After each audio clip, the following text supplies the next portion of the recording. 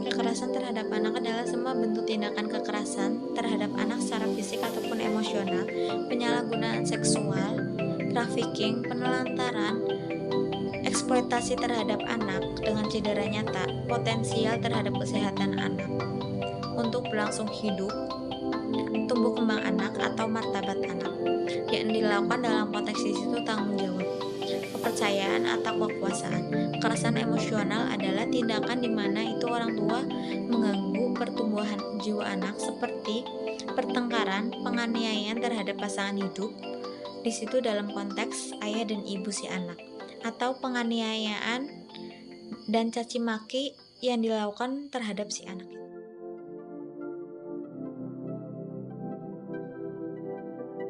Oke, yang selanjutnya adalah gejala atau ciri-ciri kekerasan pada anak tersebut. Yang pertama adalah masalah emosional.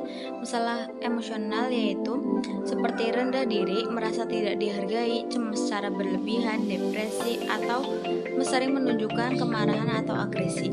Yang kedua ada masalah perilaku. Masalah perilaku yaitu kesulitan berteman, menarik diri dari sosial, sering bolos sekolah, atau terlibat dalam kasus beresiko.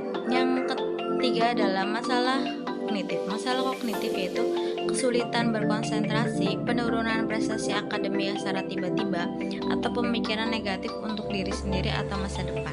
Yang selanjutnya adalah masalah fisik. Masalah fisik yaitu keluhan somatik seperti sakit kepala dan sakit perut tanpa penyebab medis yang jelas.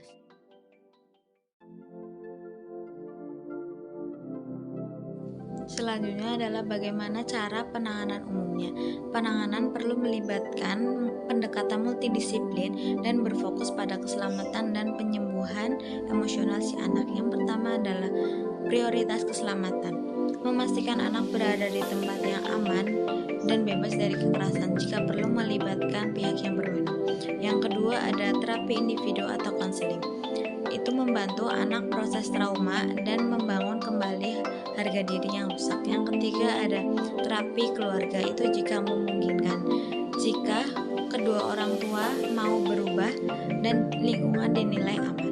Yang terakhir ada dukungan sekolah, kolaborasi dengan guru untuk menciptakan lingkungan sekolah yang suportif dan memberikan dukungan akademik atau sosial.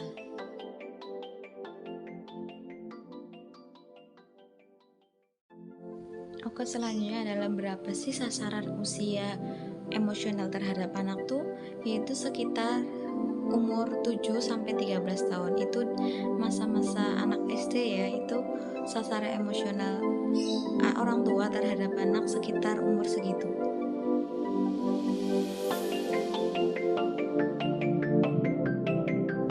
Selanjutnya adalah bagaimana cara intervensi yang dilakukan. Yang pertama adalah keamanan dan hubungan.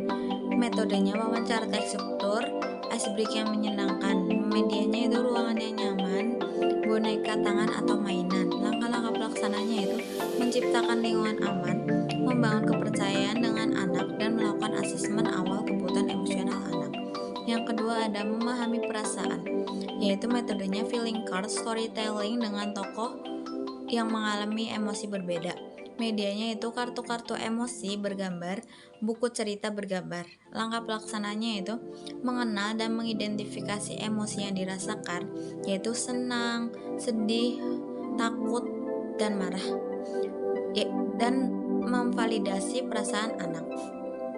Yang ketiga ada membangun kembali harga diri. Metodenya anak menyebutkan 3 hal positif tentang diri sendiri, dan medianya itu kertas atau spidol dan cermin kecil.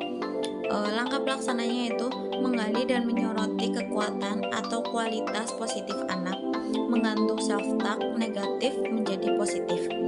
Selanjutnya yang keempat, keterampilan mengatasi. Metodenya demonstrasi, praktik langsung, teknik relaksi, role play, dan medianya yaitu balon untuk pernapasan. Langkah pelaksanaannya itu mengajarkan strategi praktis untuk mengatasi perasaan cemas atau marah, misalnya teknik pernapasan. Yang terakhir yaitu penutupan dan rencana masa depan. Metodenya yaitu sesi refleksi. Medianya yaitu lembar kerja rencana keberanian.